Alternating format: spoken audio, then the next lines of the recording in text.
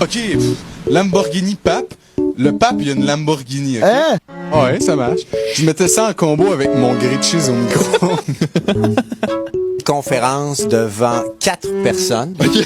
4 personnes. OK. Je sais, mais c'est un peu overrated. Oui.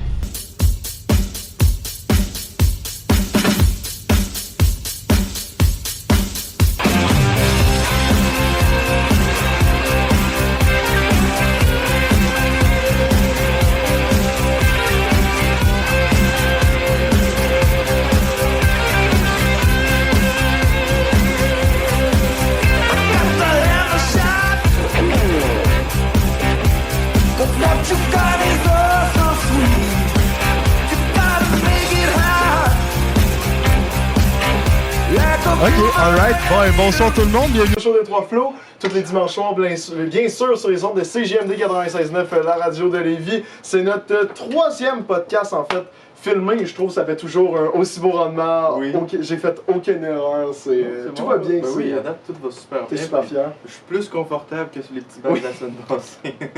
Ouais, je vous voyais avec Les bancs, j'essaie de trouver des moyens pour me coter en arrière. le dos tout courbé de même là, pendant une heure. Les Kiro, ils aimaient pas ça, voir ça, là.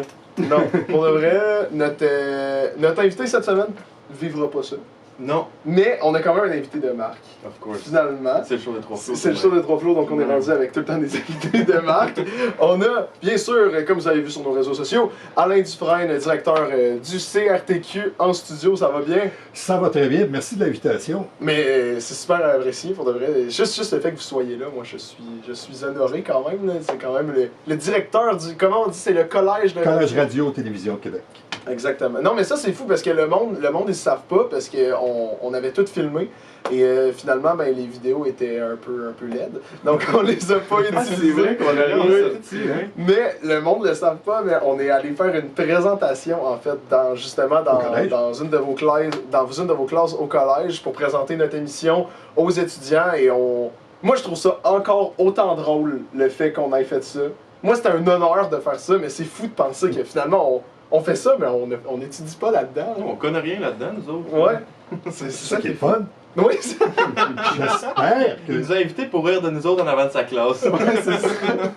pas- tu sais, on ramasse tout ça, puis après ça, on fait jouer en début de session. Si vous voulez pas devenir comme ça. Non, la première raison pour laquelle ça m'a fait plaisir d'accepter de venir, c'est la passion que vous avez. Il n'y a rien de plus stimulant pour quelqu'un du monde de la radio. De la musique, ce sera la même chose dans n'importe quel domaine finalement. De voir 3 crinqués qui font ça, pendant le temps qu'on est là ce soir, je ne sais pas si ça va être passé en reprise, mais vous pourriez regarder La Voix, y avez-vous pensé? C'est vrai. Où tout le monde en parle. C'est vrai, Alors- c'est notre compétiteur le plus gros, tout le monde en parle. Guillaume Lepage, il prend des parts de marché. Ce que je veux dire, c'est qu'il y a 1 million de choses que vous pourriez faire dans votre vie le dimanche soir à 8 h, à part devenir faire de la radio. Là, peut-être les gars se disent « Ah, fuck, c'est vrai, on aurait dû faire d'autres choses. » Mais, C'est juste en train de lui faire regretter, C'est notre dernier show. mais vous êtes là parce que ça vous tente et vous avez une passion pour le métier que je vois pas souvent, même dans le métier. Souvent parce que les gens font ça, ça devient un travail, on finit par faire ça, puis en se disant « Oui, je fais ça, je pourrais faire d'autres choses. » On devient, j'allais dire, désabusé. On s'habitue à tout le moins. Et là, je vois 3 gars qui aspirent même pas à faire le métier officiellement à tout le moins et qui se donnent un mal de fou parce que les auditeurs le voient pas, là, mais il y a du stock ici, ça n'a pas de bon sens. Je vais essayer, si vous continuez en ondes sans moi, c'est certain que je refais mon équipement vidéo, pas Dieu ça, je vais vous piquer des cassettes et des caméras, vous n'avez pas idée. Alors, voir une passion brute comme celle-là, moi je trouve ça admirable. Sincèrement, la raison fondamentale pour laquelle je suis là, j'ai de l'admiration pour du monde comme vous qui fait ça premier niveau juste parce que ça vous tente. Ben, Bon, merci. merci, Alain. Justement, c'est pour ça qu'on l'a invité, c'est pour se faire complimenter. Pour se faire flatter là, Ouais, pendant une heure. moi, mon égo, il avait besoin de Oui, ça. c'est ça.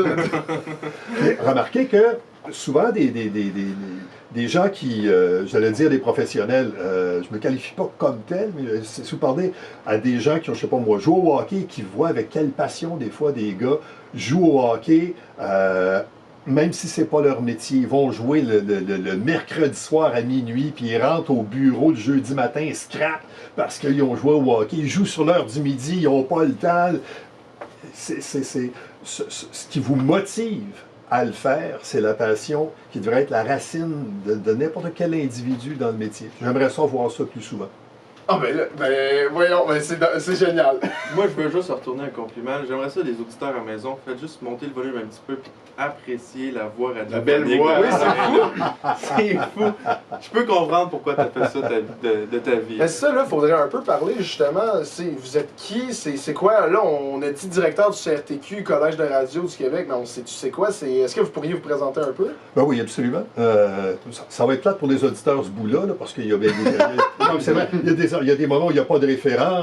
Moi, je suis originaire de Montréal. Oui. J'ai toujours écouté la radio en anglais avant toute chose, même en milieu francophone. Dans les années 70, la radio en anglais était extrêmement solide à Montréal. Les premiers balbutiements de Chaume FM qui existent encore, Ouais. et d'autres radios pop de l'époque. Et il y avait des animateurs tellement bons que c'est ça qui m'a donné envie de faire de la radio. Tu sais, quand tu écoutes un animateur et tu te dis « J'aimerais ça être lui. J'aimerais ça faire ce qu'il fait. » Il y en a qui trippent là-dessus. Combien de jeunes ont décidé de jouer au hockey parce qu'ils rêvaient d'être Mario Lemieux, Wayne Gretzky ou Patrick Roy? C'est la même chose pour la radio. Tu peux écouter un animateur et rêver d'être lui. Alors, cette passion-là m'a amené à étudier là-dedans, dans une institution qui n'existe plus malheureusement maintenant, qui était le Collège Algonquin à Ottawa, qui existe mais plus en français. Et ça m'a amené à un premier emploi à Rimouski, où je suis demeuré un peu plus de 7 ans. Oh, Et nice! après ça, à Québec, où je suis depuis 1985. Donc ça fait un petit moment. Je veux quand même... c'est quoi, c'est 37 ans? Je C'est un sais petit pas, moment, c'est... Tout est bon, ouais, là, tu viens de commencer les mathématiques. Il y a de la misère. Il y en a un comptable d'un 3, mais c'est pas lui. Ouais, c'est- Puis, c'est quand vous avez rendu compte que vous aviez la belle voix pour faire ça? C'est parce drôle, que hein? vous avez commencé, mais comme parce que vous aimez ça, mais vous aviez pas de background ni de... Du tout. Du tout. C'est drôle, hein? La raison pour laquelle ta question elle est intéressante, c'est qu'en plus, venant de Montréal, je me souviens, à 14 ou 15 ans, j'étais allé faire un tour dans une station de radio, celle que mes parents écoutaient, j'aurais dit, si je veux faire ça, comment je m'y prends? Ils ont dit, êtes-vous une vedette? Ben non, un petit cul en secondaire 4, tu sais. Et ils ont dit, on ne peut pas vous aider. À ce moment-là, et c'est probablement encore maintenant comme ça, quand on est dans un milieu comme Montréal, où toutes les personnes en ondes sont des vedettes, ils n'ont pas idée là, de la façon, c'est fin disque, passe à la TV, puis à un moment donné, tu vas aboutir à la radio. Alors que dans une station de radio anglophone, je suis allé à la station que j'écoutais moi-même, on a dit, vu qu'il n'y a pas de vedette à la radio anglaise à Montréal, en tout cas pas dans le sens showbiz qu'on le conçoit ici, là, il y a des bons jocks, des bons animateurs, alors, eux connaissaient l'existence d'écoles de formation. Mais pour ce qui est de la voix, ce qui est amusant, c'est que, tu ne l'entends pas de la même façon. Moi, j'ai énormément de difficulté à écouter ce que je fais en ondes. Ah ouais? Je déteste ça. Je supporte pas ma propre voix. À un moment donné, on fait la paix avec ça. On se dit, s'ils m'embauchent puis qu'ils me mettent en ondes, l'important, c'est que ça fasse Ça leur doit être une affaire. belle voix mielleuse, ça. Ça Mais veut dire qu'on on vient de l'entend perdre pas un comme écoute, ça. hein, sur notre show, ça. Ouais, c'est ça. Ce show-là va avoir un écoute de moins. Peut-être ma conjointe va m'écouter. Oh! Euh, C'est bon, bien Mais c'est pour dire qu'on ne s'entend pas. La résonance qu'on a dans notre tête et ce qu'on entend, c'est complètement différent. Puis souvent, les gens qui commencent en formation en radio, la première fois qu'ils s'entendent, s'ils ne l'ont jamais fait avant, ils sont étonnés. Ouais. Et j'ai jamais entendu un étudiant dire « Waouh, ça sonne bien mieux que je pensais. » C'est toujours au contraire. Ah, c'est ça ma voix. Ah, c'est dégueulasse. Fait qu'on on s'habitue. Je dirais que chez nous, je pense que dans la famille, on a la voix plutôt grave. Ouais. À partir de 13 ou 14 ans, quand des adultes appelaient puis ils demandaient à parler à M. Dufresne, les 3 ou 4 plus vieux dans la famille chez nous, on est tous des gars, on disait « Lequel? » Et là, ça rendait mon père fou. Il disait « Tu sais bien qu'à 14 ans, M. Dufresne, c'est pas toi qui veux parler. » tu sais. C'est fou, mais moi, je suis encore sur le cul de la voix. Je suis sûr que quand il était On faut enfant... arrêter d'en parler. Non, mais tu sais, regarde, moi je suis sûr que quand il était enfant, quand il broyait, ça devait être agréable. Mais c'était mielleux. C'est littéralement le qualificatif que j'utilise pour sa voix, c'est mielleux. Une belle voix mielleuse. Mais bref, là, on parlait justement, là, vous avez eu carrière en radio et tout, mais le CRTQ existait déjà quand... Le CRTQ a été fondé en 89 par Jean-Marc Pajot, qui a longtemps été la voix commerciale des ameublements Tanguay.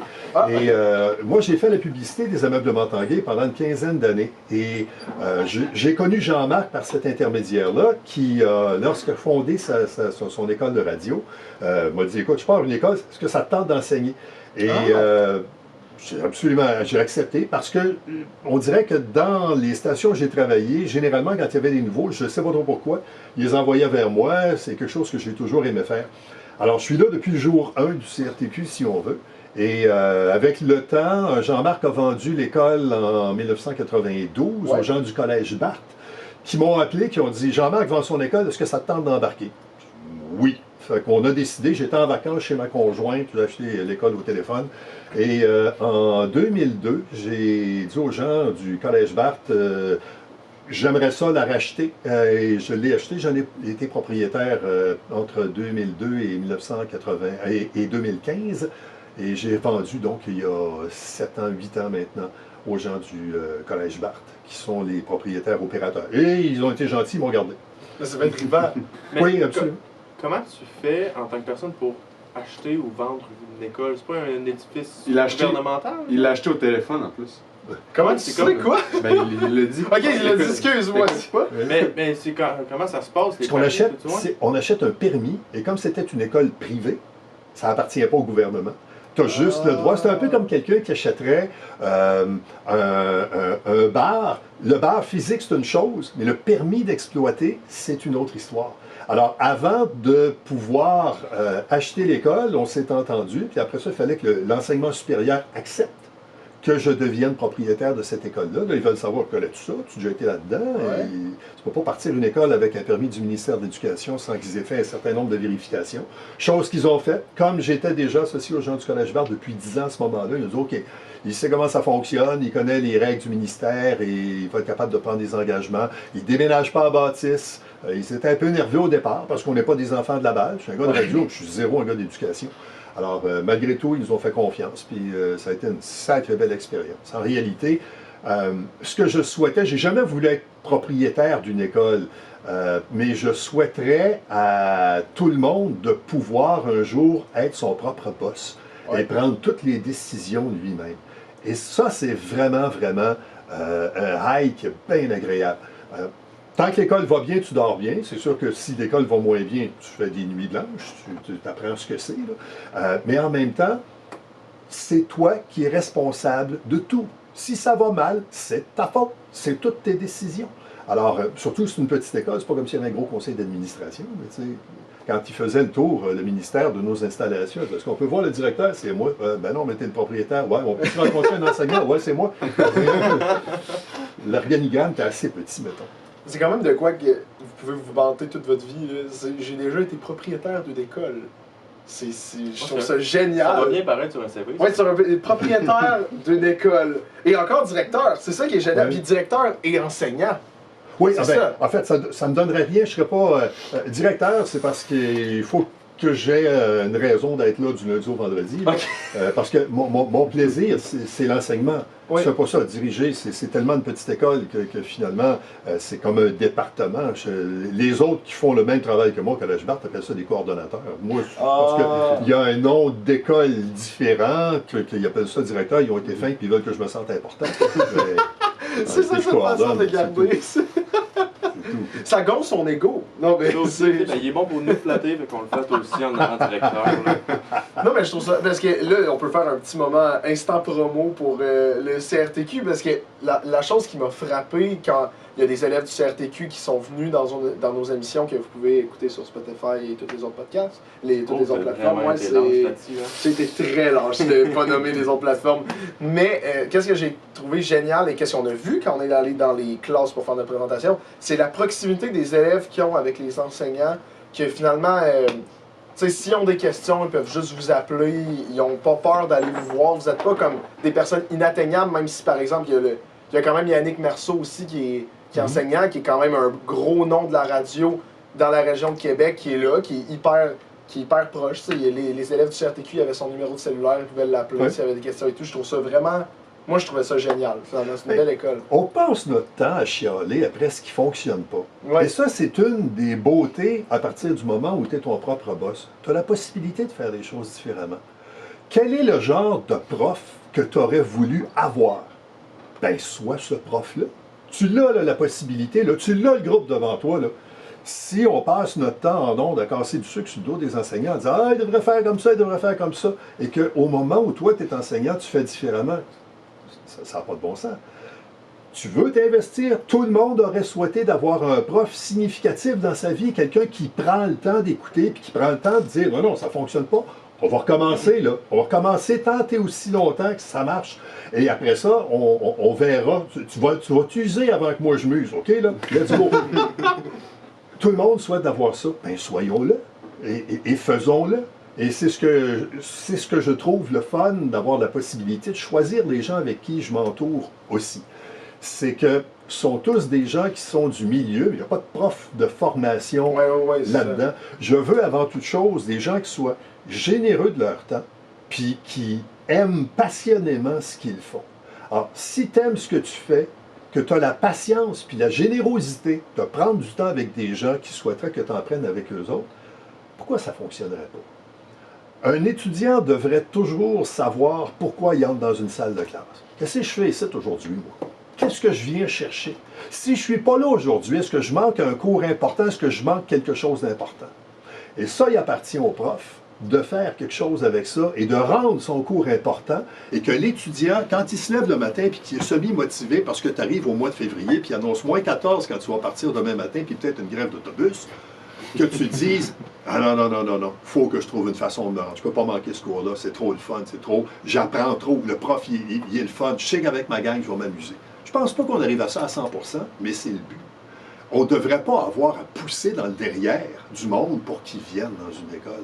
Le programme et ce qu'on enseigne devrait être tellement passionnant que les gens trouvent la fin de semaine longue. Que les gens se disent « Ouais, la semaine de relâche, je vais faire que...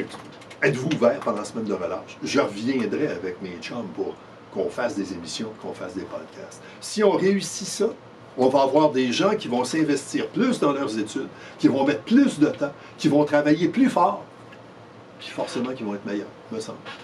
Moi, je trouve ça passionnant, ce qu'il vient de dire. Et en plus, c'est pas juste les profs, pas juste le contenu que vous faites, vos installations aussi, c'est ça qui m'avait marqué. Qu'il y a plein de stations de radio, puis d'après moi, la première semaine qu'étudient, ils doivent faire de la radio, vos élèves. Oui. On a commencé la session le mardi dernier. On a un groupe qui est passé de la première à deuxième session dans un calendrier, un peu comme au cégep. Là, tu fais la première session de l'automne, puis la deuxième en C'est hiver. 1 an la formation. Oui, absolument. C'est ça. Puis on a un deuxième groupe qui, lui, commence au mois de janvier et finit au mois de juillet. On a 2 groupes en parallèle. Là, c'est un tout petit groupe, ils sont 4. Et ils ont commencé mardi, puis ils ont fait la première émission mercredi. La mentalité, c'est de dire, l'UNICEF de faire de la radio, ben, on va en faire. On va se faire un plan, on va en studio, voici ce qu'on fait, dans quel sens on s'en va, puis go! C'est tout. Mais est-ce que ça en brusque certains, justement, Un peu, de oui, quand il je arrive? Ouais, il y en a qui... C'est parce qu'il y a une partie, je dirais, stratégique, éducationnelle là-dedans. Si les étudiants écoutent le podcast, ils vont dire le vieux tabarnouche. Vous avez un plan dans ce que vous faites. Ça ne paraît pas tout le temps, là, mais il y a un plan dans ce que vous faites. Vous savez où vous en allez. Oui. C'est un peu en faisant rapidement une première émission et en disant aux étudiants, OK, let's go, on va à peu près là, par arranger ça à votre goût. Je pense qu'ils comprennent l'importance d'avoir un plan. Si on arrivait et on disait, c'est de même, il faut que ça marche, il y a un plan d'une station de radio, c'est comme ça, avec une identification, puis tu parles jusque-là, ils diraient, on entre, à la première émission, ils nous mettent des menottes. Ils auraient l'impression qu'on impose un plan, alors que je pense que ça en prend un. Oui. Tu peux savoir jouer au hockey, ça paraît même un coach qui dit, là, c'est ton chiffre, là, c'est pas ton chiffre, rentre, sort, puis c'est pas là qu'il y en a l'avantage numérique, tu joues pas dessus. Alors, c'est un peu la même chose pour la radio. Il y a un plan, il ne faut juste pas qu'il paraisse. Puis, au départ, je pense qu'il faut que les gens se rendent compte que ça prend une certaine organisation pour que ça fonctionne comme il faut, en particulier dans une radio commerciale. Alors, je ne l'impose pas la première semaine, puis d'habitude, à la deuxième semaine, les étudiants disent « on se fasse un plan, hein? » Parce que ça doit en stresser certains. C'est, on assume nécessairement, je sais pas, que tout le monde qui arrive là, ils sont extravertis, ils parlent et tout, mais c'est sûr qu'il y en a certains qui arrivent et qui doivent être gênés et que dès qu'ils ont un micro devant eux, ils bloquent. C'est drôle, hein? La plus grande surprise des gens, c'est de constater jusqu'à quel point les animateurs de radio sont des gens gênés dans la vie. Ah ouais? Absolument. Les plus gros noms, nommez-les là. Samuel Labbé, Antoine Gagné et Nicolas Chapdelaine. C'est pour ça qu'on est pas Ah, ben, pas gros comme ça. Je me donne Pas gros comme ça! Des gars qui sont des animateurs en ondes, qui sont des fauves, Oui. qui viennent rencontrer les étudiants, puis qui passent entre la peinture puis le gyproc, tellement ils sont gênés, puis Ah, ils se regardent ouais. au bout des bottines, parce qu'ils sont confortables dans leur environnement, dans leur studio, mais face au Ah. public, non. La plupart du temps, des animateurs de radio, quand il faut qu'il y ait... Je suis le premier là-dedans, je m'inclus là-dedans. Ah ouais, ok. Aller faire une présentation publique, je fonds. S'il faut que je fasse quelque chose devant des gens sur scène, je vais y penser un mois d'avant, je vais perdre du sommeil. Tout seul dans mon bocal, en studio, je suis confortable, je contrôle tout. Sur scène, absolument pas. Devant le public, absolument pas. J'ai vu un animateur, dont je tairai le nom parce que je le connais, c'est un chum, mais qui était venu rencontrer les étudiants et j'ai pris une photo de ça pour mes archives personnelles. Il était assis au pupitre du professeur. Normalement, quand on s'adresse à un groupe, on se tient debout, Ouais. on charge, on s'approche, on recule, on avance. Il m'avait demandé avant d'entrer si j'avais une boule de stress, chose que je n'ai pas dans mon bureau. Donc, il était parti avec un crayon, puis ça m'avait donné une majorette avec son bâton. Il roulait ça de même. Et du fond de la classe, tu sais, je ne veux pas que les gens sentent que je suis là, que j'observe, j'écoute, puis que je tiens. Un coup, son allocution commençait, assis au bureau du prof, je le laisse aller, puis je sors de la salle de classe. Ouais. Je ne veux pas qu'il se sente obligé de j'impose pas quoi que ce soit à quelqu'un qui vient rencontrer les élèves. Je m'étire le coup après 10-15 minutes, juste pour voir si ça va bien. La seule chose que je voyais, c'était le bout de son nez à la limite du bureau, puis il regardait le plafond, sans s'en rendre compte. Il était tellement nerveux qu'il il glissait sur son siège jusqu'à disparaître presque complètement. D'après moi, ceux assis dans le fond de la classe, vous voyez juste une tranche de front, un petit peu de cheveux. La personne était incapable. Il faisait sa présentation. Il faisait sa présentation comme ça. Ok. Il était incapable d'être debout devant les étudiants. Alors, et cette personne-là, en nombre, je le dis, là, c'est quelqu'un qui a les dents très pointues. Ouais. Quelqu'un qui est très solide, qui a peur de rien, mais en public, c'est une autre histoire. Souvent, les animateurs de radio sont gênés. Dans une conférence de presse, à partir du moment où une caméra est en marche, les animateurs de radio, tu les reconnais parce qu'ils se regardent le bout des bottines. Les animateurs de télé, ils ont le menton pas mal plus haut, puis tu remarques. Si tu faisais dans une salle un meeting d'animateurs de radio puis de télé, juste visuellement, tu ferais la différence entre les deux. Ah, je veux voir ça. Mais tu sais, en même temps, ça prouve que c'est accessible pour tout le monde. Tu sais, les introvertis comme les extravertis peuvent faire de la radio, puis c'est accessible. Puis même les non-voyants, on est allé dans une de vos classes, Oui. puis il y avait quelqu'un d'aveugle qui Oui. il lisait les nouvelles avec son clavier, qui faisait du braille. Puis écoute, c'était vraiment impressionnant pour les gens qui écoutent à la maison. Là. Je recommande de regarder une vidéo YouTube de quelqu'un d'aveugle qui lit les nouvelles.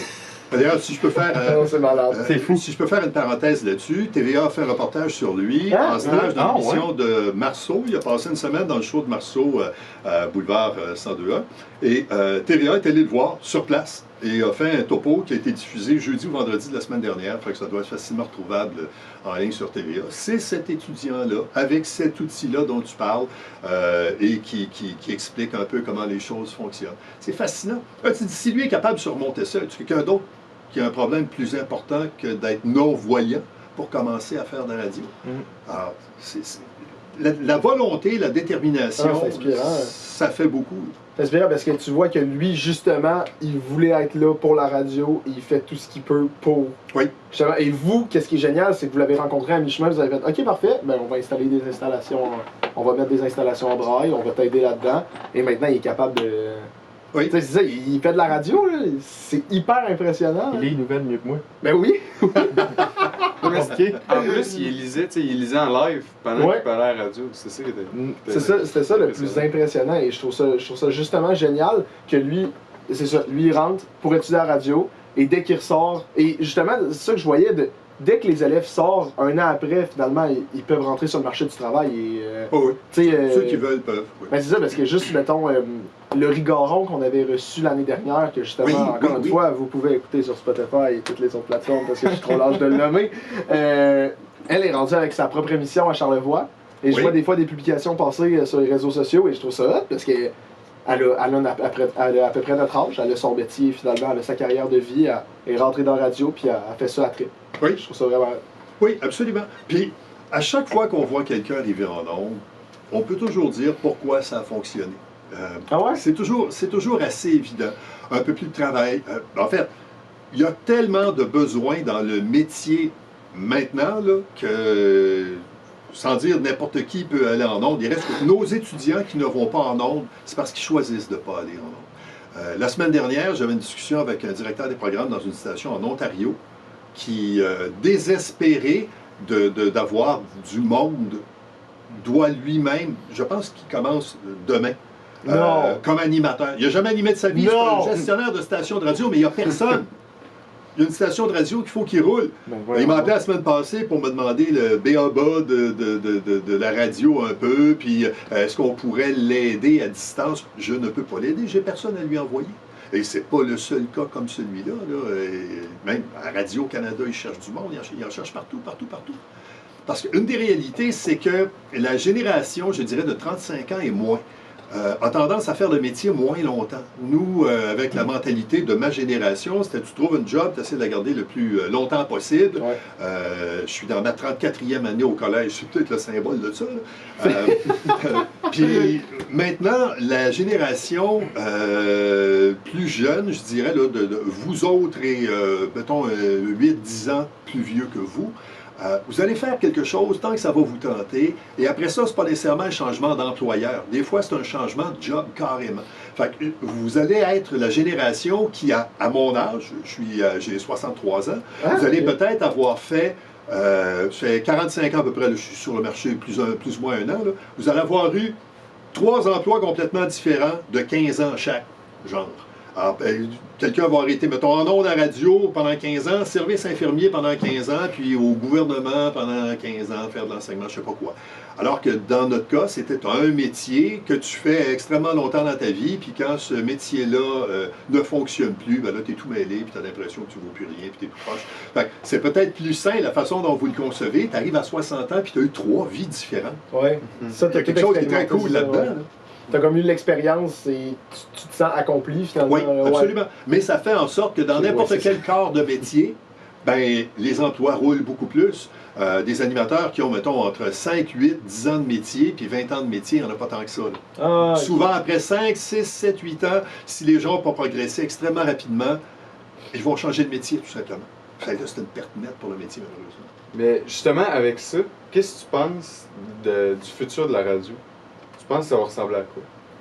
Moi, je pense que les gens appellent la radio parce que traditionnellement, il y a un studio avec une antenne qui envoie des ondes, puis les gens pognent ça dans une voiture, puis de moins en moins dans la maison.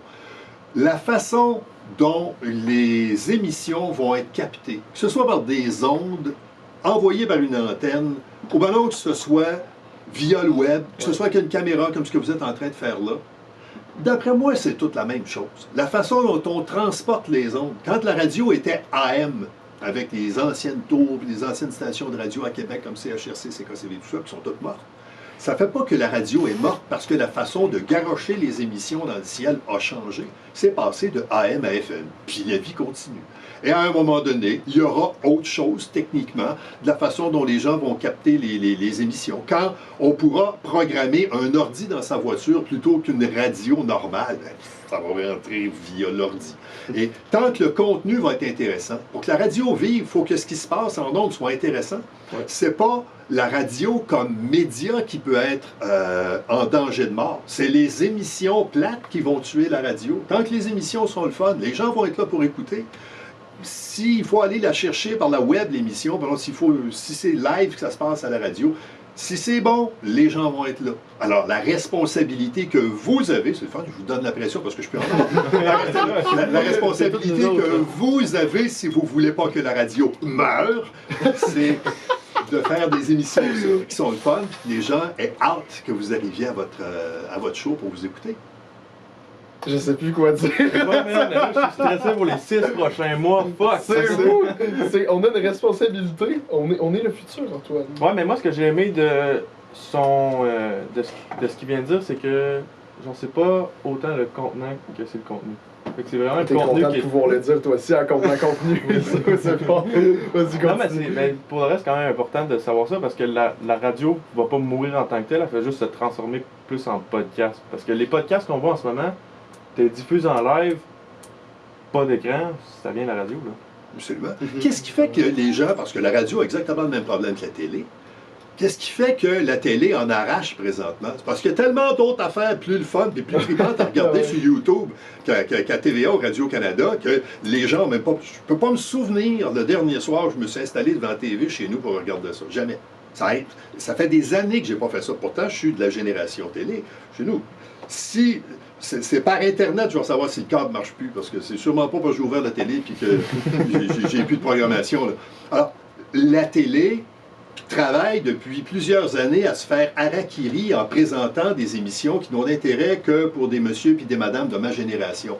Mauvaise nouvelle, au travail de mourir. Comme ils ne sont pas intéressés à vous autres, la relève de la programmation, c'est pas à vous qu'elle s'adresse. Et au moment où ils vont vouloir vous parler, vous ne serez plus atteignable parce qu'il n'y aura pas de TV dans la maison chez vous et il n'y aura pas cultivé la relève. C'est ça le danger qui guette la radio présentement. Mais ça se pourrait-tu que ça marche beaucoup avec la liberté qu'on donnerait aux animateurs, que justement, là, il y a tellement un cadre à suivre durant la radio, sont timés à la seconde près, que si on laissait plus de liberté aux animateurs, ça pourrait devenir plus intéressant pour les nouvelles générations? Non, ça, je pense pas, parce que il y a quand même des émissions, je pense à Dupont, par exemple, au 93, Stéphane, il parle tant qu'il y a de la salive, puis à un moment donné, quand il faut qu'il prenne un verre d'eau, ben, il fait une pause commerciale. Donc, il y a un horaire théorique dans son émission, mais il gère véritablement son horloge comme il veut. Là. Il n'y a pas personne qui va dire « Stéphane, arrête, c'est terminé, là, ça fonctionne ». Arthur faisait la même chose il y a déjà 20 ans ou 25 ans. Il commençait son émission, puis il arrêtait quand il avait envie d'arrêter. Je me souviens d'avoir déjà fait des pubs dans son émission pour Ameublement Tanguay. Il y avait 3 messages dans 1 heure normalement. Il a fait une pause à 8h02 dans laquelle j'étais, et la dernière à 10h-5. Fait que ça a été toutes les pubs d'une journée, de son émission au complet. Il les a pas passés, il a parlé pendant 2 heures de temps non-stop. La liberté, ils l'ont pas mal. On se fait tuer tout ça. Puis on perdrait notre show. La liberté du contenu, c'est un peu la même chose. C'est pas les stations de radio qui dictent ce que les animateurs vont dire, pas du tout, c'est les avocats. L'animateur, quand il travaille pour une station de radio, il va signer un contrat comme quoi il ne met pas la licence de la station de radio en danger. Et si on est là, nous autres, ce soir, puis on se fait un party, puis on a des propos néo-nazis, d'après moi, ça ne fonctionnera pas. C'est pas nécessairement la direction des programmes qui va intervenir la première, c'est un avocat qui va envoyer une mise en demeure, puis va dire « Hey, les clowns! » Alors, c'est un peu la même chose dans une station de radio. La limite que l'on a en ondes, c'est ce que l'on est prêt à répéter devant un juge. C'est-à-dire que si tu dis « Moi, je pense qu'un tel, il trompe sa femme », et que tu le dis en ondes, ben, faut que tu sois capable de le prouver devant monsieur le juge, parce que un tel en question, il va te poursuivre. Fait que je pense qu'on a quand même une bonne liberté de mouvement. Ok, c'est bon. Ben, pour de vrai, moi, on va continuer à en parler après la pause, parce que, en parlant de non-liberté, il faut prendre une pause publicitaire. Maintenant, on va prendre une petite pause publicitaire de 3-4 minutes. Et je sais pas, est-ce que vous aviez préparé les affaires que je vous avais demandé sur notre émission ou pas? Oui, finalement. Ok, oui. c'est bon. On va en parler pendant la pause. On va en parler pendant la pause. Mais il y a une petite surprise qui vous attend après la pause, justement. Antoine. Oui. Plug nos réseaux sociaux, s'il te plaît. Alright, bon, pour les gens qui nous écoutent en ce moment dans l'auto, vous pouvez aller nous voir et nous suivre sur Facebook, Instagram, le show des 3 flots, TikTok, les 3 flots. Écoute, je sais pas c'est quoi qui s'est passé, mais mon TikTok est maintenant infesté de TikTok du show des 3 flots. Allez voir ça. Allez voir ça, il y a une vidéo de nous autres qui chantent avec Phil Lauzon, super le fun, super doux à écouter. Vous pouvez aussi écouter tous nos podcasts sur Spotify, Apple Podcasts, Google Podcasts, Balado Québec. Je sais pas c'est quoi. Il n'y a plus Balado Québec. Ah, plus Balado c'est Québec. C'est rendu Acast. Faut rendre ça dans notre speech maintenant. C'est Spotify, Apple Podcasts, Google Podcasts et Acast. Alright. Puis, nouvellement, notre chaîne YouTube, le show des 3 flots. C'est vrai. Allez voir ça, écoutez ce qui est filmé en ce moment. Ça va être sur notre YouTube, le show des 3 flots. Allez voir ça, vous ne serez pas déçus. Exactement. Donc, on part en pause. Secondes, vous écoutez toujours le show des Trois Flots tous les dimanches soirs, bien sûr, sur les ondes de CJMD 96.9, la radio de Lévis. En ce moment, en studio, on a quand même quelqu'un, je dirais, d'important, de prestigieux. Oui, de renommée internationale.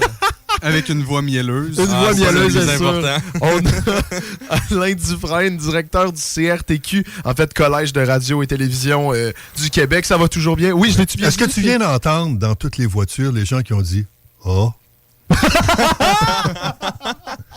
Tu sais, t'as le gros panneau d'ouverture, puis les gens dans le char disent « What the fuck? » C'est vrai qu'on a build-up pour quelqu'un comme Madonna et tout. Ouais. Alain Dufresne! Alors, les personnes qui aiment la radio, ils sont quand même impressionnés. Parce que c'est fou, tu sais, c'est quand même moi, en tout cas, dans ma tête, c'est très prestigieux. C'est quand même... C'est fou, on a le directeur, justement, qui forme des personnes pour faire le métier à la radio. Vous avez accepté de venir en studio. Moi, je trouve ça quand même assez génial, mais... Je le redis, merci de l'invitation. Tu sais, on fait ce qu'on fait sans prétention, puis que des gars passionnés comme vous autres décidiez de m'inviter. Regarde, je suis super content. Vraiment, vraiment, merci. Puis là, on s'est dit, justement, OK? Puis les deux autres gars, ben là, je les ai prévenus tantôt, mais les deux autres gars étaient pas au courant avant aujourd'hui de tout ça. C'est comme une surprise. Je viens de me faire apprendre que je vais me faire dire que je suis mauvais. Exactement. Donc, dans le fond, je me suis dit, pendant la préparation de cette émission-là, qu'est-ce que je pourrais faire de différent? Par exemple, il y a 2 semaines, l'invité qu'on a eu, on a fait un petit jeu avec lui et tout. On a fait des chansons avec. On a fait des chansons aussi parce que c'est un chanteur. Mais là, on s'est dit, qu'est-ce qu'on pourrait faire avec le directeur du CRTQ? Ben, c'est quand même le directeur du CRTQ. Il pourrait juger notre émission et finalement nous dire des commentaires. Donc, je vous l'ai proposé. Vous avez de l'air assez partant. Ah oui, absolument. Et je trouve ça quand même assez génial que vous avez pris de votre temps. C'est ça, il y a des feuilles. Il y a des feuilles, une feuille, man. Non, mais c'est une grille de correction. Il y a une note en bas. C'est sur ça. Mais tu vois, Antoine, c'est bien sûr, je sais me démêler dans vos prénoms. Non, c'est pas vrai, t'es pas mauvais. T'es dehors. C'est pas pareil. C'est fini, Antoine. Ouais, bon, ben, merci, boy. C'était le fun. Une des choses qui me frappe dans votre émission, c'est l'espèce d'unité que vous avez. Pour le meilleur et pour le pire. Pour essayer de garder ça le plus simple possible pour que les auditeurs puissent avoir du fun et comprennent un peu c'est quoi la mécanique de la radio. Dans une émission, normalement, et là, aujourd'hui, c'est plus évident parce que c'est toi Samuel, qui mène davantage l'émission. Et dans l'émission que j'ai écoutée, qui était au début du mois de décembre avec l'individu qui s'est présenté. C'était avec Monsieur Diarra, en fait. C'était à Repensons Lévis. Vous pouvez l'écouter sur Spotify et toutes les autres plateformes. Ça fait 3 fois, là. Ça fait 3 fois, faut que je le dise. Non, mais c'était un super bel invité. Faut pas trop le dire, c'est vrai, tu me l'as dit. Oui, faut pas le dire, c'est dans ma liste des règlements. Ouais. Bon. Oui. Excellent invité. Et dans cette émission-là, la portion que j'ai écoutée, là, on devrait avoir normalement une espèce de logique dans une émission, ce qu'on appelle dans le métier le premier, deuxième, troisième micro. Je sais que tout le monde est ensemble et tout le monde est supposé avoir une certaine égalité, une certaine parité dans l'émission, mais ça prend quand même quelqu'un qui se démarque un peu plus. C'est ce que tu fais depuis le début de l'émission, Samuel, mais dans cette émission-là, c'était difficile pour moi, comme auditeur, sans savoir vraiment qui est qui, juste à l'oreille en me fiant, de voir qui prend le lead de l'émission, qui mène l'émission. Et la personne qui mène l'émission, c'est pas nécessairement le chef puis les autres font ce qu'ils demandent, mais ça prend quand même un certain ordre pour voir qui colle les shots, comme on dit en bon français. Et je pense qu'il faut que ce soit encore plus clair. Vos personnalités, parce j'ai eu l'occasion de vous rencontrer avant de faire l'émission d'aujourd'hui, et vous avez 3 personnalités extrêmement différentes, et je pense qu'il faut que ce soit encore plus marqué que ça, la différence entre l'une et l'autre des 3 personnalités. Et ça, c'est le bout le plus tough à faire dans le monde de la radio, je vous le dis. Dans 10 ans, vous allez encore travailler là-dessus. OK, mais moi, je trouve ça génial, juste... Là, c'est vraiment des vrais bons commentaires. On a du vrai. J'en prends note et je trouve ça parfait. Vous avez joué le jeu jusqu'au bout. C'est pas des... Antoine, tu sacs trop. Là. Ouais. Ben, on sait pas, on n'est pas encore rendu. C'est au bout de sa tête, il est genre, shit. Antoine, tu sacs trop. Oui, j'avais ça l'avant-dernier point. Chose que vous faites bien, vous entrez rapidement dans le sujet. Très souvent, et surtout quand on est en gang, on a tendance à patiner en rond, cherchant on ne sait pas quoi avant le début de l'émission. Et dans cette émission-là, ça prend très peu de temps. Et vous l'avez fait avec moi aujourd'hui aussi. On arrive, on est là, on se présente, go! Pas de perte de temps. Et c'est important pour les auditeurs parce que il n'y a rien de plus précieux de nos jours que du temps. Et même si vous êtes dimanche soir, même si vous avez choisi de faire ça et que pour vous, c'est un hobby puis que vous aimez ça, les gens qui vous écoutent, ils sont peut-être dans leur voiture en train de revenir de l'aréna avec... ils ont fait un tournoi de hockey en fin de semaine avec les Flots. Ils sont à bout, puis ça leur prend... Ils sont bien sympathiques à ce que vous faites, là, mais ça prend de la matière. Ils veulent avoir du fun rapidement. Et ça, vous l'avez compris. Ça, vous le faites vite. Puis je trouve que c'est un excellent point de votre émission. Vous avez des invités sur une base régulière. Oui. Vous pouvez être intéressé par ce que votre invité raconte. Ne soyez pas groupie de vos invités. Ça, c'est extrêmement important parce que ça vous limite dans les questions que vous allez poser. Gardez-vous une distance, pas pour faire des entrevues. Il y a des gens ici qui font des entrevues serrées et qui font très bien leur travail. Mais en même temps, si vous êtes en état de béatitude devant votre invité, vous vous fermez des portes parce que vous n'oserez pas prendre des chances sur des questions en vous disant, si je pose une question pas fine, peut-être qu'il va être de mauvaise humeur. Non. Poser une question, des fois, plus pointue, poser une meilleure question donne à l'invité la possibilité de donner une meilleure réponse. Si vous retenez des questions parce que vous ne voulez pas déplaire à l'invité, vous empêchez l'invité de pouvoir dire peut-être des choses qui sont extrêmement importantes. Il attendait la bonne question, puis elle n'est pas venue, vous ne vouliez pas être pas fin avec. Des fois, c'est pas ça. L'invité, quand il vient, il accepte de jouer le jeu et il va répondre à vos questions. Puis en plus, nous autres, me semble, on a une bonne... on est des bons groupies. Je me souviens de cet épisode-là. Mario C, je pense. Mario C, on était très groupies. Mais je me souviens, justement, l'émission que vous avez écoutée avec M. Diarra de Repensons Lévis. Dès qu'il a dit, j'étais ceinture noire au karaté, je me souviens, on s'était pas filmé, mais on a sauté de nos sièges, on criait. Wow! C'est impressionnant! Si jamais vous cherchez des groupies, textez-nous le show de 3 flots. Les trois, c'est gratuit. Autre élément, et ça, je vais trouver ça intéressant. Quand vous racontez des choses, demandez-vous toujours ce que l'auditeur va garder de ce que vous êtes en train de raconter. Lui, là, quand vous fermez le micro puis vous vous en allez chez vous après l'émission, qu'est-ce qu'il garde de ce que vous avez raconté? Et quand vous partagez une tranche de vie, c'est important que l'auditeur puisse retrouver quelque chose qui le concerne dans ce que vous racontez. L'exemple qui me vient à l'esprit, c'est, je ne sais pas lequel des trois parlait du fait qu'il termine sa douche avec une douche froide. Ouais, c'est toi ça. qui racontais ça. Je ne sais pas pourquoi j'avais figuré ça, toi. Mais il y a quelque chose là-dedans qui est intéressant puis intriguant parce que ce que tu racontes, même si c'est une tranche de vie qui est banale, il est possible que quelqu'un puisse dire « Ah, c'est drôle, j'ai jamais pensé à ça. Je vais essayer ça demain matin. » Votre émission, elle est intéressante à partir du moment où vous croisez la vie des gens qui vous écoutent. Si aujourd'hui, vous faisiez une émission avec un scientifique qui parlait en Klingon, que personne comprend, une sous-langue, lui, il a bien du fun à vous raconter ce qu'il raconte, mais que les auditeurs se sentent pas... Vous perdez la connexion avec votre auditoire. Alors, quand vous racontez des trucs, c'est toujours intéressant de se demander qu'est-ce que mon auditeur, lui qui est en train de brasser sa sauce à spaghetti quelque part à Lévis, en vous écoutant, qu'est-ce qu'il garde de ce que vous avez raconté? Est-ce qu'il se retrouve dans ce que vous racontez? Je pense qu'on va Fait que s'en toi, parlais de tes 6 montagnes que t'as montées en 18 heures, là, ça raconte plus ça. Je pense en fait, on l'a compris sans le comprendre parce qu'on a enlevé le segment qu'on parle de nos fêtes de semaine. Ah, OK. C'est le segment le moins pertinent qu'on a jamais. Mais ça va priver les auditeurs d'excellents segments comme « Moi, je fais pas de sapin de Noël ». Et pas d'autre explication que « Moi, je fais pas de sapin de Noël ». Donc, est-ce que c'est moi qui ai dit ça? Oui, c'est toi qui as dit ça. Là que j'ai dit. de sapin de Noël, non, mais j'ai dit, moi, je fais pas de sapin de Noël, j'aide pas ma mère. C'est ça que j'ai dit. Je voulais au moins sauver ta famille, mais là, tu viens de la commettre toi-même.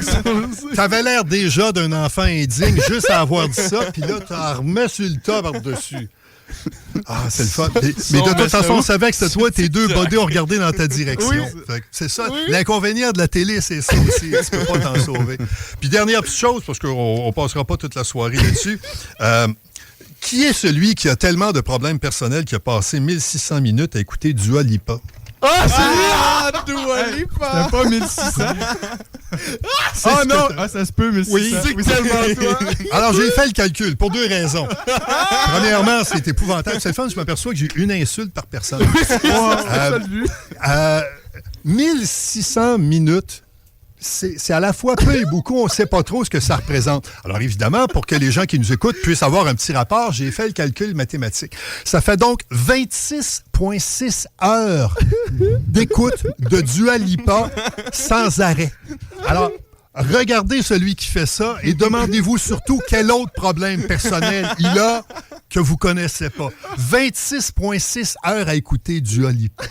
Mais faut essayer avant de juger. Défends-toi.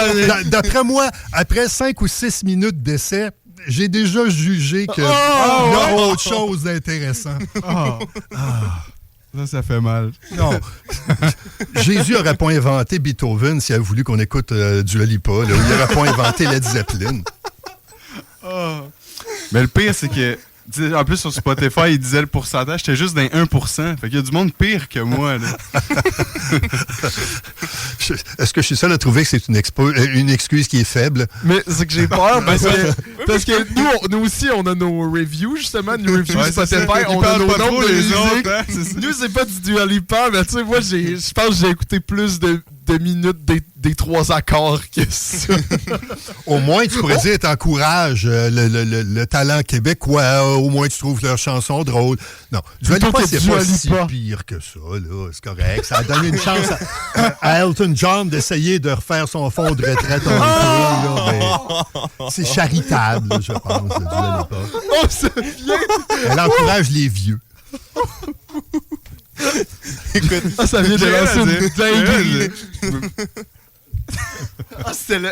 il vient d'avoir genre 10 TikTok en 5 minutes. Non, mais sincèrement, c'est un des meilleurs calls que j'ai jamais entendu de ma vie. Fait que Nick, t'as des problèmes personnels parce que t'écoutes Dua Lipa. C'est ça, je vais enlever Dua Lipa de mes playlists. J'ai des problèmes. En plus, je rentre dans le char hier pour aller jouer au quai avec. Qu'est-ce qu'il n'y a pas dans le char? Dua Lipa. Il y en a 26,6 heures, il faut qu'il aille les chercher en quelque part. Non, mais c'est de contaminé. Le pire, c'est qu'il a réussi à nous contaminer. Ben oui, moi aussi, je commence à regarder ça. Écoute Dua Lipa. Et moi, je cours sur du Dua Lipa et oh wow. C'est parce qu'il y a trop de bonnes chansons. J'essaie de te vendre, mais en même temps, c'est vrai qu'il t'a bien eu. Non, mais c'est ça. Essaye de se rejeter, il veut que tu reviennes la semaine prochaine. C'est l'embarque de mon bar. Il va gagner aujourd'hui, mais tu seras pas là la semaine prochaine. Alain est venu pour dissocier le show des Trois Flots. C'est une autre station de radio qui m'a envoyé. Foudon la merde dans la gang. Merci. Ouais. Merci du feedback pour le reste. Sincèrement, je suis fier de l'idée. Ouais, mais vraiment, c'est vraiment une bonne idée. Moi, ça me permet de savoir que les douches froides, c'est pas tant intéressant. C'est banal, en fait. C'est ça, c'est très banal. Je vais arrêter. Non, mais pour le vrai, vous avez pas eu le segment, parce que j'en ai parlé un peu, là, quand on faisait les segments de nos fins de semaine, c'était d'une non-pertinence. On faisait un tour, et là, mettons, Nick... Il disait genre, moi, je fais des os au micro-ondes. Ouais, exactement. Non, même pas. C'était même pas autant pertinent. Il disait, moi, j'ai fait des devoirs, puis j'ai vu ma blonde, j'ai soupé. Toi, Antoine, c'est quoi que t'as fait? Et on faisait réellement un segment complet là-dessus. Et on a bien fait l'enlever. On avait des gragnoles pareil, hein? Oui, c'est pour trouver... de faire beaucoup de choses avec très peu. Mais des fois, on disait des belles affaires. Ouais, quand même. Mais des fois, moins. Souvent moins. En fait, le bout qu'on oublie quand on est en onde, c'est qu'on imagine tout le temps que les gens nous écoutent attentivement puis qu'ils trouvent bon ce qu'on est en train de raconter. Est-ce que vous auriez raconté, si par exemple vous aviez été au bureau de poste avec, 500-600 personnes dans l'assistance, est-ce que vous seriez entré sur scène, faire votre show en direct et vous raconter votre fin de semaine en sachant que les gens sont là puis qu'ils vous regardent puis qu'ils vous écoutent? C'est drôle, quand on est face au public, on a tendance à être plus ramassé, à être plus tight dans ce qu'on fait. Et quand on est en ondes à la radio, qu'on voit pas les gens, qu'on peut juste imaginer leur réaction, on a tendance à prendre ça plus tranquille un peu. Vous allez entendre ça régulièrement dans des émissions de radio. Parfois, quand j'écoute entre, mettons, 5h et 5h30 le matin, c'est qui écoute en 5h et 5h? Il y a des problèmes personnels aussi, OK? Je viens avoir des louches, là. je fais le tour d'habitude de 4-5 stations de radio entre 5h et 6h le matin pour voir ce qui se passe. Et j'ai toujours l'impression qu'on patine en rond en attendant que la vraie émission commence à 6h. C'est un peu comme s'ils disaient, quand on va avoir un vrai bulletin de nouvelles, on va le faire à 6. Puis là, on va jaser d'un peu n'importe quoi. Et les sujets qui sont traités entre 5h30 puis 6h le matin, ce serait jamais traité entre 8h puis 8h30 quand tout le monde est en voiture et s'en va travailler. Là, tu dis, non, le gars qui se lève à 5h30 le matin, là, parce qu'il rentre travailler à l'hôpital ou il s'en va, je sais pas, il y a des services. C'est un auditeur qui, lui aussi, veut savoir ce qui s'est passé. Lui aussi, il va avoir des commentaires de qualité. Mais on dirait que tout le monde est chill, pas trop pressé. L'émission commencera quand elle commencera. Là, t'as une demi-heure de Twilight Zone, de radio, de tu sais pas trop ce qu'il y a dedans. Là, tout d'un coup, hop, à 6h, tout le monde est au garde à vous. La vraie émission commence. Qu'est-ce que tu faisais à 5h30? Je suis convaincu que si on était à ces moments-là, live avec du public en avant, les gens rentreraient sur scène puis ils diraient pas, la vraie émission elle va commencer d'une demi-heure, les amis, installez-vous, puis nous autres, on va se raconter n'importe quoi. Les auditeurs sont là, ils nous font le privilège de nous choisir. Ceux qui vous écoutent ce soir à la radio, c'est pas parce qu'ils n'ont pas le choix, là. Ils ont un paquet de stations qui rentrent sur l'heure de Québec et de l'extérieur. Ils ont un radio satellite, ils ont tous les moyens. Ils ont choisi vous autres. Alors, la responsabilité que vous avez, c'est de commencer le show et d'être bon vite. Eux autres, ils vous ont choisi. Et peut-être que les 10-15 minutes seulement qu'ils ont à vous consacrer ce soir-là, entre le point A et le point B, c'est le début de votre émission. Et le cœur de votre émission, le bout qui est le fun, le bout qui est tripant, il va peut-être arriver quand il va être trop tard, ils vont être rendus où ils s'en allaient. Et ils ne pourront pas savoir jusqu'à quel point votre émission a été bonne. Alors, c'est pour ça qu'on se dit, on devrait commencer. La radio est l'inverse de la logique d'un film où tu fais tout ton build-up pour le punch à la fin. À la radio, c'est commence avec ce que tu as de plus important dès le début. Boum! Et après ça, retiens tes auditeurs le plus longtemps possible. Tiens, je commence, mets-toi ça entre les dents, essaye de partir à cette heure. Et de les garder tout le temps, plutôt que de faire un build-up vers la fin de l'émission.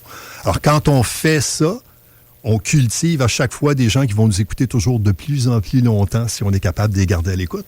Mais ça me mène à ma question avant qu'on passe à notre deuxième jeu, là.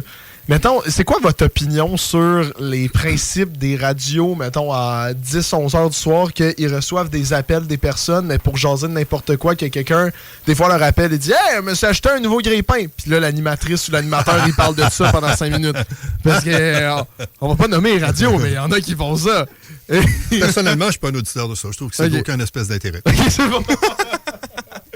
C'est ce que je voulais voir. Ça a le mérite d'être clair. C'est bon. C'est parce que, à la limite, est-ce que tu as envie d'entrer dans ta voiture pour dire, je me demande si Roger, qui appelle tous les soirs à peu près à la même heure, va me parler de son toaster ou ben non, du fait qu'il a perdu son caniche en fin de semaine puis qu'il est bien triste. C'est ce genre de radio-là peut pas être plus intéressant que les sujets qui sont amenés en ondes. Si c'est juste des sujets poches qui intéressent personne, c'est pas la radio, c'est pas une thérapie. La personne qui est en onde, c'est pas un psychiatre qui dit bonjour, appelez-moi, étendez-vous, puis racontez-moi comment ça va dans votre vie. C'est pas ça. Moi, la personne qui écoute dans son truck puis qui s'en va faire une livraison à Montréal puis qui entend ça, tu dis ah ouais. Il y a besoin. Est-ce qu'il y a vraiment besoin d'amis à ce point-là, d'écouter juste ça? Puis il y en a qui appellent chaque jour. Là. Ah oui. Tu sais qu'ils connaissent les animateurs et qui ont parce que j'écoute des fois ce type d'émission. Finalement, je voulais savoir si t'étais correct. Non, mais c'est toi qui appelles. Non, mais mettons, quand le soir, j'ai rien. On vient de trouver des problèmes personnels. Tu sais, il y a du monde qui dit hey, salut Camille. Et là, je sais pas, Camille, elle connaît le gars. Puis tu sais, ils ont une relation littéralement. Et bon, I guess ça les rend heureux. Mais c'est pas pour tout le monde, puis chacun son public. Combien de fois que t'écoutes ça, buddy? Combien de fois dans votre vie vous avez appelé dans des stations de radio? 0. 0. Ben voilà. 0. Combien de fois vous? 0. Okay, parce que mon point, c'est qu'il y a seulement un très petit nombre de personnes qui alimentent des tribunes téléphoniques. Et très souvent, on s'aperçoit que ceux qui appellent dans des lignes ouvertes d'actualité appellent aussi dans des lignes ouvertes de sport, puis ainsi de suite. Et ça a toujours été ça. C'était comme ça il y a 30 ans, il y a 40 ans, il y a 50 ans. Et souvent, dans des stations de radio qui sont très écoutées, le recherchiste va filtrer, va dire à l'auditeur, 2 fois t'appelles cette semaine, tu rappelleras la semaine prochaine. Mais c'est ça. Alors, est-ce que ça devient intéressant d'avoir toujours le même monde, le même petit bassin qui appelle toujours des mêmes heures pour parler des mêmes choses? À partir du moment où vous êtes capable de reconnaître la voix de quelqu'un qui appelle, c'est parce qu'il appelle trop souvent. Et ça, ce que ça veut dire, c'est qu'il n'y a pas assez de monde qui écoute et qui renouvelle les gens. Puis si tu entends des histoires insignifiantes en ondes, est-ce que toi, tu as envie d'appeler à travers les insignifiants pour essayer d'avoir une conversation puis un sujet intéressant. Non, tu t'écouteras pas ce genre de radio-là, tout simplement. Je blâme pas des gens d'essayer de faire de la ligne ouverte, bien au contraire. Il y a des choses qui sont le fun qui sont passées là. Je me souviens, vous parliez de Marceau tantôt, c'est pour ça que ça me revient à l'esprit. Il y a déjà eu des appels lorsqu'il faisait cette émission-là qui étaient des gens en détresse, où il a pu faire intervenir des gens qui sont allés secourir quelqu'un qui était sur le point d'en finir. Alors, est-ce que cette émission-là peut servir à quelque chose? Oui. Ça dépend qui est en onde, ça dépend quel est le mandat qu'on donne, puis qui appelle à l'autre bout, puis la confiance que les auditeurs peuvent avoir avec cet animateur-là. Est-ce qu'ils ont vraiment envie de lui parler? Est-ce qu'ils se sentent assez en confiance pour dire « Excuse, ça va pas bien » et prendre le temps de raconter tranquillement, pas vite? Mais si on a juste des auditeurs qui n'ont rien à raconter, la radio n'a aucun intérêt. Ah, mais c'est fou, ça. Non, mais imagine, t'as un animateur, et il y a quelqu'un qui t'appelle justement pour ça. Il a sauvé la vie de quelqu'un pareil. Là. Oui. Il a sauvé la vie. Hey, mais il a dû... Oui. C'est paniquant. Ouais. Si tu ne sais pas où est la personne, tu dois la garder en ligne pour justement... Puis en même temps, tu dois faire tes démarches avec les services d'urgence. Et c'est d'autant plus intéressant, ton point, ça me rappelle que, j'espère ne pas me tromper, là, mais sauf erreur, c'est quelqu'un qui écoutait Radio X, pour ne pas le nommer, à distance. Il me semble, de mémoire, que c'est quelqu'un qui demeurait au nord de Montréal, quelque chose comme Terrebonne ou Mascouche. Qui est justement pas dans les... Alors, toi, tu es à Québec, en train de faire un show à Québec, tu as quelqu'un qui t'écoute, tu sais pas trop comment, à l'autre bout, qui t'appelle, et là, tu perçois qu'il y a un problème. Là, comment tu fais? La personne ne te dira pas, je reste à telle adresse, envoie-moi tu jases avec, tu essaies de trouver une façon de localiser. Tout ça en étant en ligne tout à la ça radio. En étant en ondes. Oui, absolument. Absolument. Alors, c'est pour ça que la radio peut pas être meilleure que ce qu'on en fait. Ça revient à la question qu'Antoine avait tantôt. Est-ce que la radio va mourir? Ben non, ça dépend ce qu'on fait avec. Ça dépend de l'intérêt qu'il y a. Si tu peux pas faire des émissions aussi importantes, puis... c'est ça, importante, comme quand tu parles de la vie de quelqu'un, là, c'est vraiment essentiel. Ça peut pas arriver tous les jours. Mais tu peux quand même avoir je vais appeler ça la culture de la qualité, faire attention à ce que tu mets en ondes, puis essayer d'avoir plus t'as d'auditeurs, plus t'as de monde qui va t'appeler, plus ton bassin va être grand pour renouveler tes appels. Moins t'as de monde qui t'écoute. Si t'as juste, je sais n'importe quoi, 1000 personnes qui t'écoutent le soir, tu vas avoir le même bassin de 7, 8, 9, 10 personnes qui t'appellent. Parce que la moyenne des ours n'appelle pas une station de radio. Non, ça, c'est vrai. Puis c'est pour ça qu'on a arrêté de prendre les appels. Qu'on a arrêté, c'est quel appel qu'on prenait? On a pris genre 4 overall en carrière. Non. Mais il y a combien d'appels qu'on a reçus qui étaient d'une vraie personne? Overall, je pense que c'est 2 ou 3. Mais ça fait plaisir quand même. Ouais, tu sais, ça fait plaisir quand même. Tu te souviens, il y avait toujours le même monsieur. Ben, ça revient avec ce que vous disiez. Oui. Il y avait toujours le même monsieur qui était chauffeur de taxi, je pense. Ouais, mais lui, il nous écrivait. Il nous écrivait, ouais. C'est différent. Mais il nous textait quand même, c'est fou. Et quand on racontait des anecdotes, il racontait ses anecdotes. Finalement, on avait une relation avec ce monsieur. Ouais, ben oui. Et il a arrêté. Oui. Il a cassé avec nous autres. Oui. Mais en même temps, cette relation-là, c'est le fun. Il faut qu'elle apporte quelque chose à l'émission. Mon point, c'est ça. C'est qu'un auditeur peut apporter quelque chose de précieux. Il y a une expérience de vie, il y a quelque chose. Mais il faut que ça serve. Si l'auditeur n'a pas de vie, qui t'appelle et qui dit en ondes publiquement qu'il n'y a pas de vie par le peu d'intérêt que son propos a, il ne fait pas avancer ton émission. Les autres, les auditeurs, ils attendent. Ils se disent, l'animateur, va-tu le flusher à un moment donné? Il ne se passe rien. Là, je suis en train de l'écouter, puis il ne se passe rien.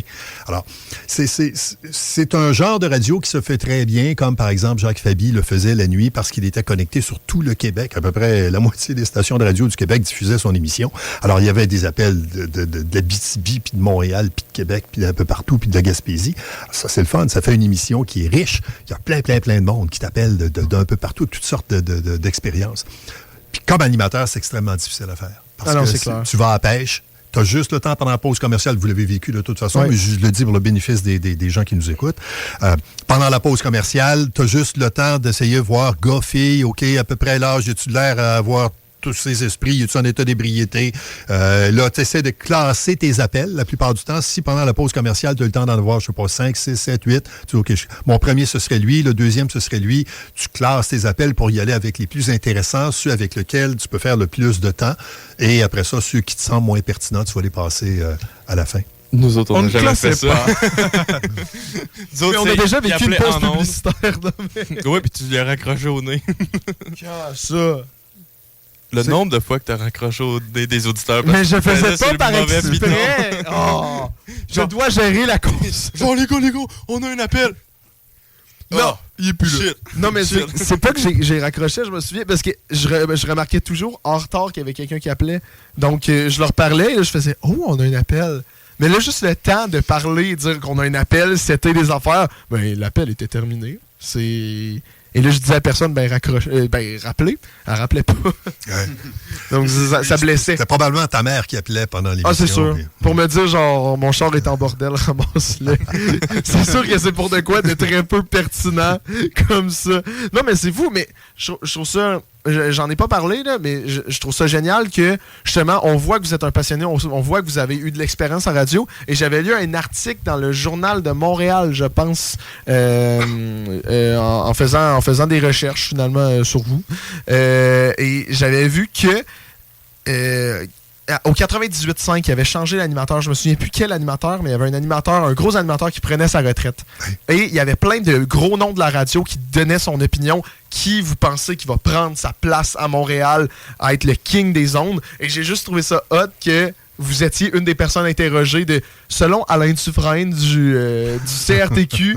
Et là, vous aviez une citation de justement ce que vous pensiez du monde de la radio, qui vous pensiez qui allait prendre sa place. Et je trouve ça hot de voir que justement, vous avez l'expérience, vous avez la connaissance pour répondre à des questions comme ça. Et moi, je trouve ça impressionnant. Je suis juste vieux.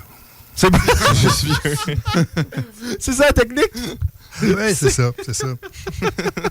Ouais, mais regarde, moi je pense, on a 5 minutes à peu près pour faire... moi je pense qu'on pourrait essayer au moins un ou deux thèmes. Moi je veux poser une question. Tu veux poser une question? Ok, vas-y. Ça fait longtemps qu'on l'a pas fait. Pizza hawaïenne. Ah ben là, oui, ben là. Pizza hawaïenne. Vous en pensez quoi? Est-ce que la peine de mort existe encore au Canada? Ça dépend. Take that!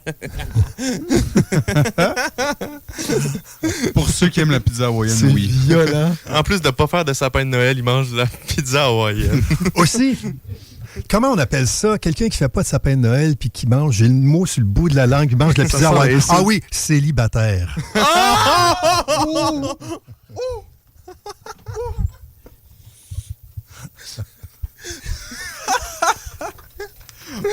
Ça semble de voir le gars sur Tinder, tu sais, dans la description à côté de sa photo. Je déteste les sapins de Noël et je mange de la pizza hawaïenne. C'est drôle, les filles flippent toutes. C'est ça. Alain woke up and chose violence. Ouais.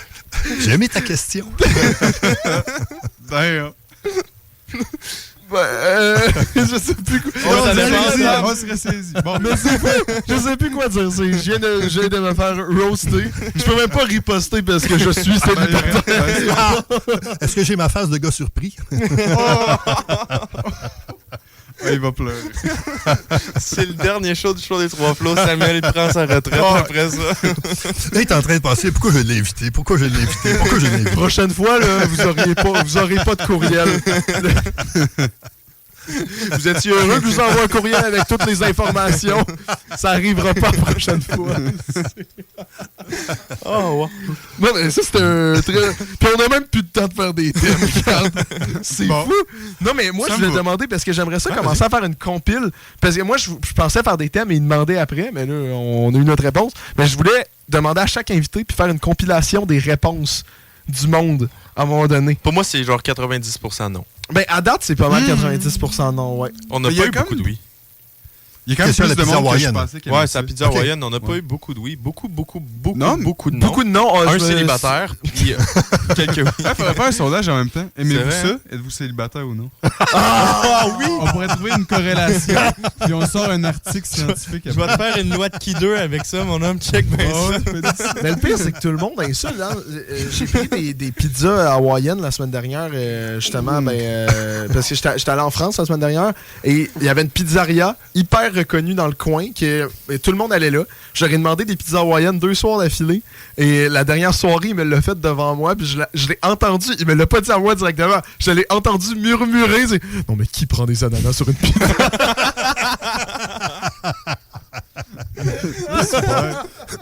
Puis-je rappeler que Paris est la capitale internationale de la gastronomie, alors... Écoute, Sam comprend le message à mener. Il lâche ça. J'essaye, mais c'est la seule chose que j'aime. Je suis trop difficile pour changer, Antoine. C'est trop difficile. Ouais, mais regarde, c'est poche, mais c'est là-dessus qu'on va finir. Moi, je suis sur la pizza royale. Sur un rose de Sam, moi j'aime bien. C'est toujours, c'est même pas un rose de Sam, c'est un rose sur la nourriture que consomme Sam.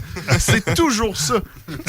Vous m'avez toujours insulté pour ce que je mange, mais rien d'autre. Mais là, il a linké ça au célibat. Oui, c'est ça. Là, on a une nouvelle porte. Là. Mais sincèrement, dès que je me réinstalle Tinder, je pense que ça va être la description. je vais vous citer. Ça va être écrit votre citation et Alain Dufresne, et le monde va demander, en m'écrivant, ils vont demander c'est qui ça? Absolument.